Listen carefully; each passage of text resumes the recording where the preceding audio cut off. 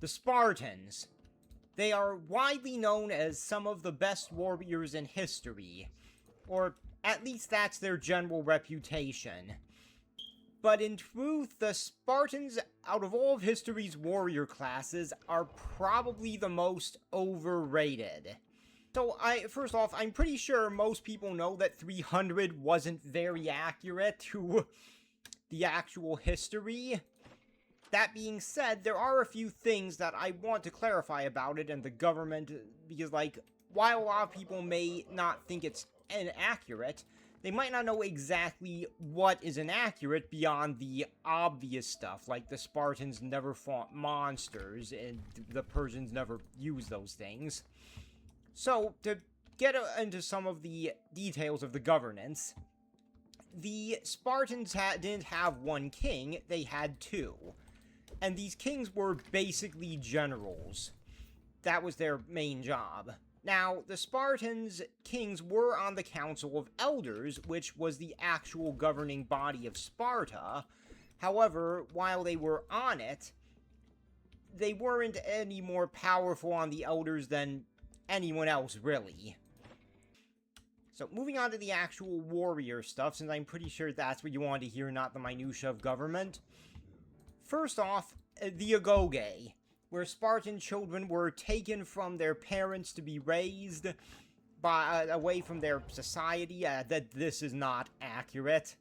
In the actual agoge, during the time where the Spartans were warriors, the children in it weren't taken from their parents. At least no more so than at any other school at the time. The agoge may have had more physical education than other schools, but it wasn't, so to speak, a boot camp, or at least not by modern standards. The children would have gone home after the schools. And also, so aside from going home at the end of the day, there are those people who say the children were starved and they would have to, like, fight for food or steal food or something like that. It is true that children at the agoge were not necessarily given as much food as they would need by the agoge itself. However, it should be kept in mind that the Spartan children were not commoners. They were the aristocrats, if we're talking about the warriors. Sparta was essentially a sort of hybrid between a militia and a warrior elite. So to speak. Like, they weren't, they will get to more of that later, but they weren't necessarily a true warrior elite, more of a sort of militia. So, bringing up, back to the whole agoge thing. So children would have gone home to their parents, and they would have been able to bring their own food to the agoge, or otherwise hunt to it.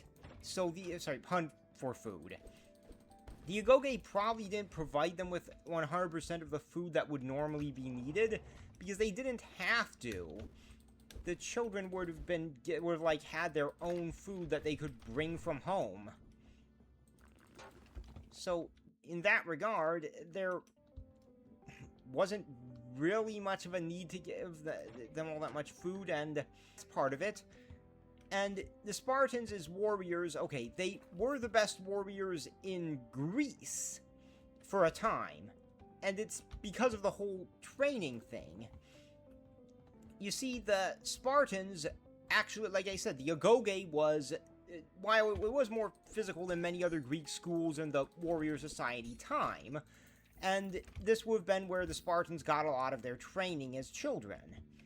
So they would have actually been trained, which at the time when the Spartans were the best warriors in Greece, was something only they did. Yes, the other Greek city-states for a while didn't train their warriors. Now, you might ask, doesn't that sound stupid? Well, in the modern days, it's obvious that you should train them, but keep in mind there was gotta be a time when people keep in mind that pretty much every idea in history, someone had to come up with it at some point. And in this case, that would include the idea of training warriors, as opposed to just, like, letting them figure it out on the battlefield. When the other Greek city-states started training their warriors, Sparta's military dominance ended. Now, there are other causes for it too, but one of them is 100% that the Spartans were the only ones for a while who trained their soldiers. So, now, you might ask then, what sort of training did they get? Was it anything like you see in media? And the answer is, sort of. So, the Spartans most of their training would have been physical conditioning.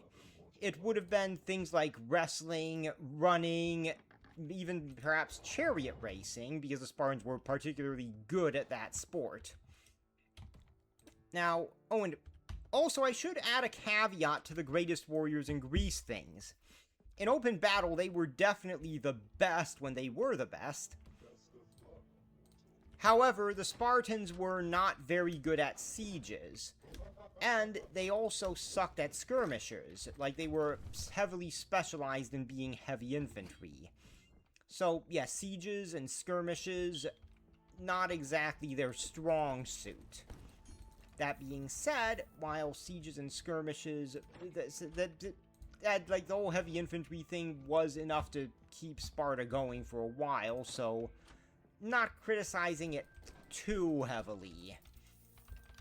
But anyway, moving back on, to their training, the Spartan training would have mostly been physical conditioning. In fact, it would have almost exclusively been that.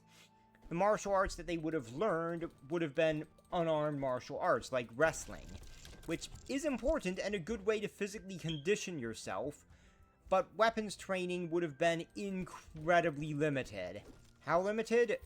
Well, any training they would have gotten in how to use their weapons would have been on their way to the battlefield. Which basically seems like last-minute exam cramming to me. And, well, considering how pretty much every warrior these days actually trains in weapons, and how a lot of them did for centuries before, like, after Sparta, I think that this was definitely a flaw due to Spartans not having anyone to look back on and say, this is how to train warriors, this is how to not do it. In any case, the Agoge would have been physical conditioning with some wrestling. Weapons training on the way to battlefield, if at all. Now, so, yeah. Weapons training on the battlefield. Weapons training on the way to the battlefield, if at all. Now, another thing is that, once again, keep in mind that I'm pretty sure everyone knows about the Helots, the Spartan slave class that they treated like absolute shit. The Helots who were not, like, well, just treated awfully. The Spartans would have literally gone to war with them. But what most people don't know about is the middle class of Sparta. The Spartan middle class was basically, middle class. They weren't slaves, and they weren't the Spartan citizens either. And by the way, I'm going to give a complaint at how the Spartans did their voting with the Council of Elders when they had voting with the citizen body. How they did it wasn't by raising hands or putting in ballots. They would have someone sit in a room away from the rest of the vote, and then everyone else would shout who they're voting for, and whoever got the most shouts won the vote.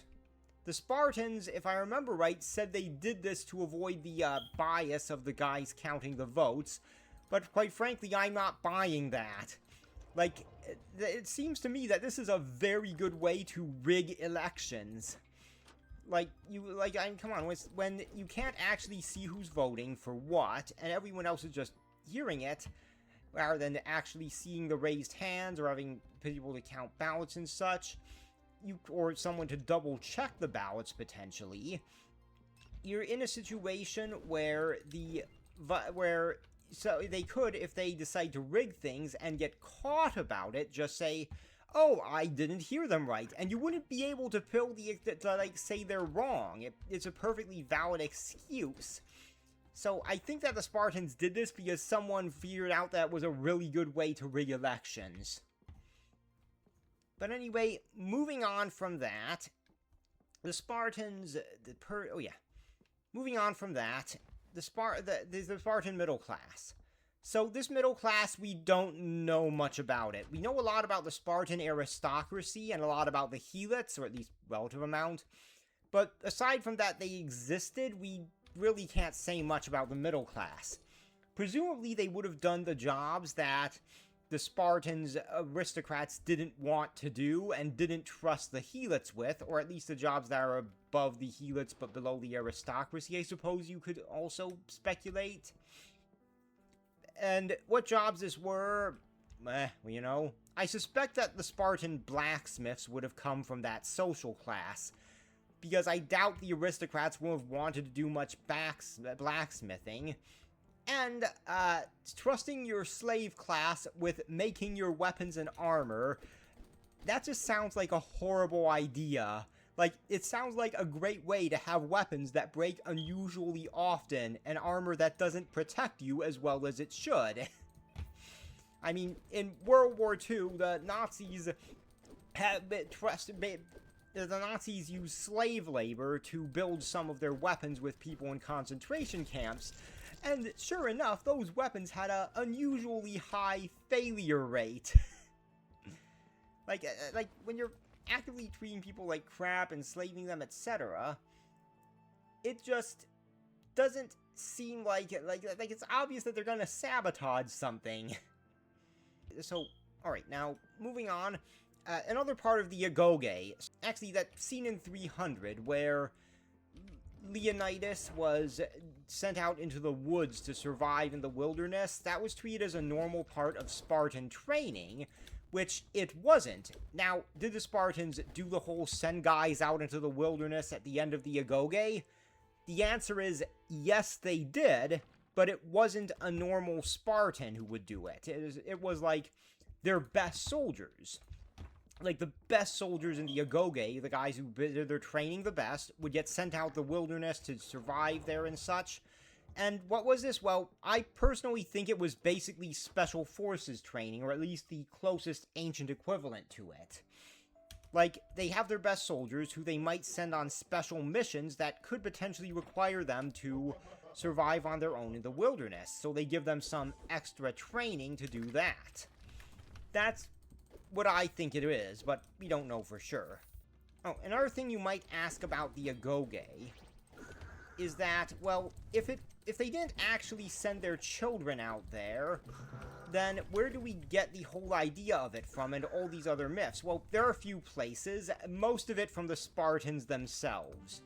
The Spartans had a very good PR team, I suppose. Don't know if it was an actual PR team or just a bunch of people making crap up whenever it was convenient, but the Spartans did it well.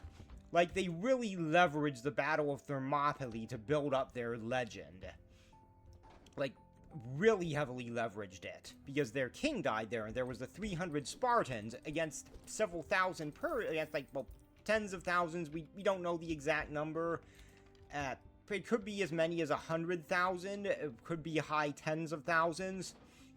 But the Spartans weren't alone at the Battle of Thermopylae. There were thousands of other Greeks there.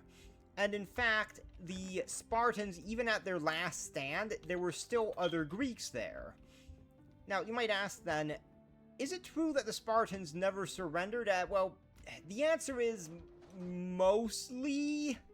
The Spartans rarely surrendered, but there are some cases where they did. One of the cases is actually when they were facing skirmishers in one of their the first uses of skirmishers in like Greek warfare that I know of. This was like one of the battles that really convinced the Greeks that skirmishers were something useful to have. Basically what happened is the Spartans were fighting the Athenians.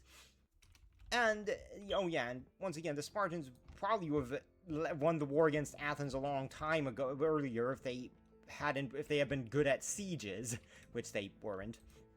But anyway, the Athenians proceeded to the Athenians had a bunch of skirmishers from an island or another nation. Don't remember exactly where they were from, but they hired a bunch of foreign skirmishers as sort of mercenaries.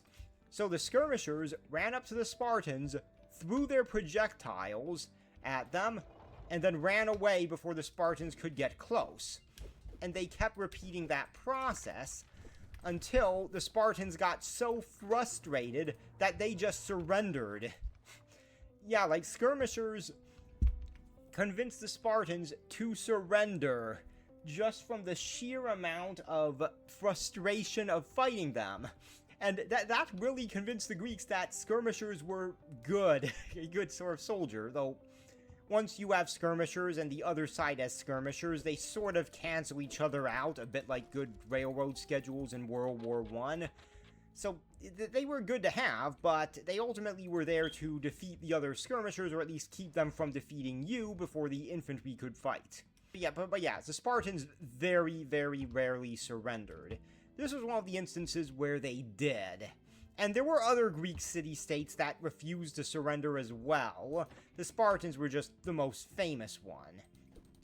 Now, though I do remember right, they also kind of surrendered to Philip of Macedon, or at least were so badly defeated that they didn't really have much of a choice. Like, so the Philip of Macedon whole thing where the sent a letter to the Spartans saying, if you come down here, it's like, if you oppose me, or something along the lines of, if you oppose me, I will destroy you and you will never rise again. And the Spartans replied with one letter, if. A lot of people tell that story. What they don't tell is how Philip of Macedon was like, alright, motherfuckers, I'm coming to kick your ass. And then he proceeded to kick their asses. Yeah, the Spartans lost hard to Philip of Macedon. Though I do also have to give them credit that they did defeat Pyrrhus of Epirus. And part of the reason why they defeated Pyrrhus, and keep in mind that Pyrrhus was, if he wasn't, like, he was at least on Philip's level, if not better than him. And in the case of Pyrrhus of Epirus, part of the reasons why the Spartans won that battle was actually because of the actions of the Spartan women. So, the Spartan men wanted the women to leave because, well, if Pyrrhus attacked their city and took it, chances are the women would be raped and or killed, or sold into slavery. Warfare was generally not kind to civilians. It's never really kind to civilians, come to think of it, but significantly worse then, well, depending on which country you're in now. But anyway, the women would probably be raped and slaves, stuff like that. So Spartan men wanted them to flee Sparta to go somewhere safe. The Spartan women refused to flee, which was a big inspiration to the Spartan men, who now were shown a great courage from their women, and also were now fighting to protect them, not just to protect the city. But on top of that, the Spartan women, in addition to not fleeing, also went over to and took all the... Okay, so before a siege in ancient and medieval times, the defenders would shore up the defenses. Like, they'd go over to it and they'd build up the walls, put extra ramparts, stuff like that, to make sure the city was as fortified as it could be. And this would usually fall on the men, of course, but in this case, the Spartan women shored up the defenses for the men, so that way, when the time came for the men to fight Pyrrhus of Epirus, they weren't exhausted from building up dirt ramparts on a city. And as a result of that, the Spartans, well, they won against Pyrrhus. So I give a lot of credit to the Spartans for that. Like, defeating Pyrrhus is an achievement. But anyway, so moving on, the Spartans ended up losing a lot of their warrior culture as time went on, to the point where by the time of, well, the Roman Empire, Sparta was no longer a warrior state at all. They were just a normal town. So you might ask, and this is where another of those sources from the Spartans, of the Spartan legend and various myths, in this case I think the Agoge, come from. So basically, Augustus decided that he was going to visit Sparta on vacation. Now, why did he want to visit Sparta of all places on vacation? Well, the answer is twofold. One is political. Augustus knew that Sparta had a reputation for being a conservative place, and Augustus wanted to appeal to the conservatives. So being on vacation there would help with that. The other reason was Augustus wanted to look, he wanted to see the badass Spartan warriors. Then he went over there and found out that Sparta wasn't a warrior state anymore, and it was just a normal town. So he was like, my disappointment is immeasurable and my day is ruined. But then the Spartans were like, wait a minute. The Emperor of Rome went over to our small town to see the badass warriors. If we bring back some of our old customs, we could make a lot of money off this. So the Spartans proceeded to turn their city-state into a tourist trap with a theme park version of their past as the focus of it. And yeah, pretty obviously this wasn't actually accurate to what the actual Agoge was like. It was an exaggerated Agoge that got increasingly so until you probably got something somewhat like how you see many modern depictions of the Agoge, including the one in 300, be like. And as it also turns out, being an exaggerated version of a warrior culture doesn't make you any better at fighting. Because when the Goths came and invaded Greece, the Spartans horribly got their asses kicked and their city was destroyed. So basically, the Agoge as we think of it is the theme park version of Sparta, though it is accurate to Sparta, just not when they were a warrior culture. So yeah, the Spartans themselves, they were the best warriors in Greece for a time, but that ceased to be when the other Greek city-states started training their soldiers, which resulted in the Spartans not being the best anymore, which seems to indicate to me that the Spartan training in the Agoge wasn't really anything too superior to the other Greeks. It wasn't something they couldn't have easily replicated. Because, like, if it was as the big, intense training course that the later depictions of the Agoge depicted as, the other Greek city-states wouldn't have been able to easily replicate it for moral reasons, if nothing else. I think that in a fight between a Spartan and a samurai, or a Spartan and a Viking, I'm pretty sure the samurai or the Viking would win, though to be fair, we don't know much about Norse training methods, but even if you say the tech levels are, even if you discard the tech differences between samurai and Spartans, which were significant, the samurai still actually trained. Same thing with knights. And their training methods would have included a lot more weapons training than the Spartans had. So as a result of that, the samurai and knights and Vikings and such, though, we don't know much about Viking training methods, so I hesitate to use them.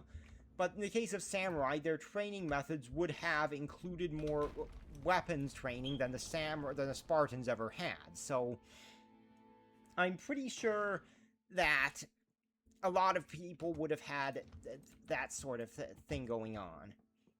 So yeah, but now the Spartans, very overrated group of warriors.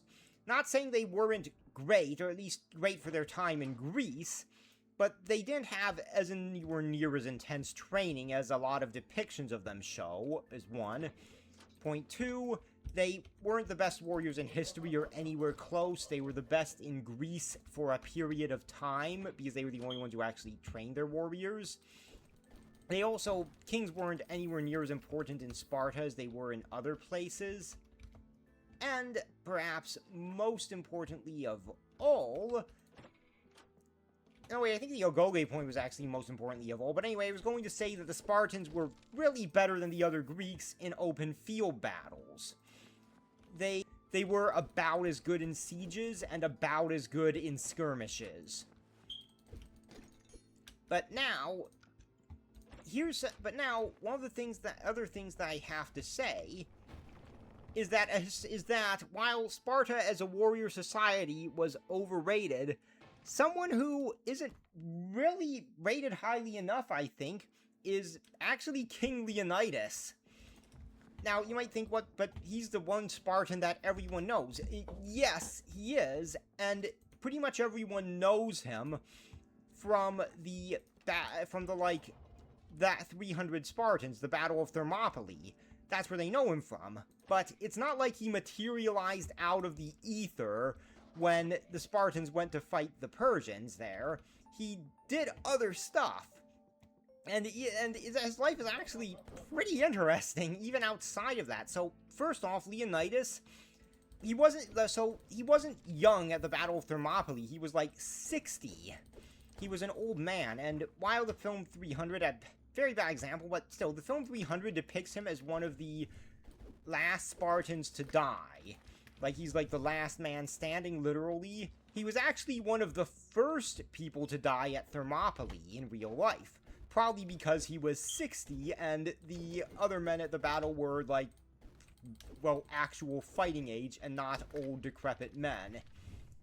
So, I'm going to say that, so yeah, like, but after Leonidas died, there was a sort of fight over his body between the Spartans and the Persians, which, of course, the Spartans ended up losing, but still. And now, talking about a bit about his life before the Battle of Thermopylae, Leonidas was, well, he wasn't actually the main heir to the throne. There were, I think, if I remember right, 2 people who were in line ahead of him, his brothers, or 2 or 3. Can't remember exactly how many, but they all basically either went insane or horribly fucked things up and never got to be king. So Leonidas ended up becoming king because, like, the people aside from him ended up fucking things up a little bit. And this is what I think leads to a bit of a funny quote from Leonidas. So, Leonidas was talking to someone at one point, and that person got a bit uppity with him and said, "Do you think you're better than me because you're a king?" And now, you might think that, given the reputation of the Spartans, Leonidas might try to beat the living crap out of him or something, but he didn't. Instead, Leonidas said, "The reason why I'm king is because I'm better than you." Which is honestly a perfect response, especially since Leonidas really did get to be king, because out of everyone in the line of succession, he was the best candidate. He didn't go insane, and he didn't horribly fuck things up, so yeah, like, I actually think Leonidas, of all people, is a little bit underrated, specifically because most people only really know him for his death at Thermopylae, which itself, I mean, that was probably the best death a king of Sparta could have had, both from the perspective of a warrior, and from the perspective of Sparta got so much propaganda out of his death. Like, the Spartan sacrifice of Thermopylae, they would use that as propaganda to build their legend for centuries after. So, yeah, like, while Sparta itself was something that so while Sparta itself was basically a bit overrated as a warrior culture, I at least give Leonidas a lot of credit, well, at least a little bit of credit for stuff that he did outside of the whole Thermopylae thing. Because, like, yeah, even if that's what he's most famous for, and that ended up being pretty important to Sparta for various reasons, I still saying that, yeah, Leonidas, he was at least a little bit cool. Thank you for watching, everyone, and remember to like, comment, and subscribe.